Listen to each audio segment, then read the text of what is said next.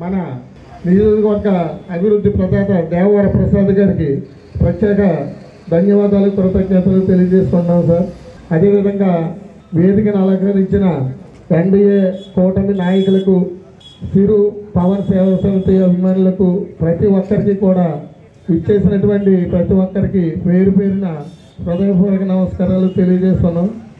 ఈ కార్యక్రమం చాలా సంవత్సరాల క్రితం ఈ సేవా సమితి ఆధ్వర్యంలో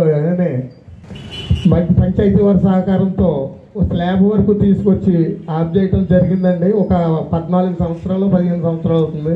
అప్పటి నుంచి అది అలాగే ఉండగా దీనిలో తాత్కాలికంగా సెంటర్లో ఆ బస్సు లాగే కడవడం అంటే అది ఆల్రెడీ ఎమ్మెల్యే గారికి అందరికీ తెలుసున్నది. ప్రస్తుతం అప్పుడే 4-5 సంవత్సరాల నుంచి అది ఉంది. దానికన్నా ముందు కొంచెమించి సుమారు 20 సంవత్సరాల క్రితం అదే ప్లేస్లో రాపాక వరప్రసాద్ గారు కాంగ్రెస్ ఎమ్మెల్యేగా ఉన్న జనసేన ప్రజారాజ్యం పార్టీ పెట్టిన కొత్త ప్రజారాజ్యం పార్టీ కాంగ్రెస్లో విలీనం చేసిన తర్వాత మేము అక్కడ చాలా భారీగా ఆ రేకులతోటైనా చాలా భారీగా మన ప్రెస్ వారు కూడా దాన్ని ఎక్కడికో తీసుకెళ్ళి అంటే ఆ సెంటర్లో ప్రజలకి ఏమీ లేని పరిస్థితి అండి ఆ రోజుల్లో.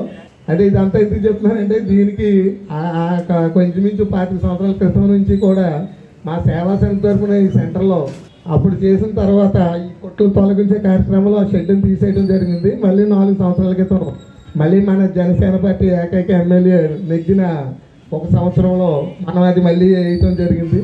తర్వాత ఇది పూర్వం నుంచి ఉన్నది సర్పంచ్ గారు ఆ బాడీ వారు ఏదో దాన్ని చేద్దామన్న తర్వాత మాకు ఈ గ్రామంలో ఇచ్చిన ఈ డెవలప్మెంట్కి సహకరించిన పంచాయతీ బాడీకి అదేవిధంగా గతంలో సహకరించిన వారికి అందరికీ కూడా హృదయపూర్వక ధన్యవాదాలు, కృతజ్ఞతలు తెలియజేసుకుంటూ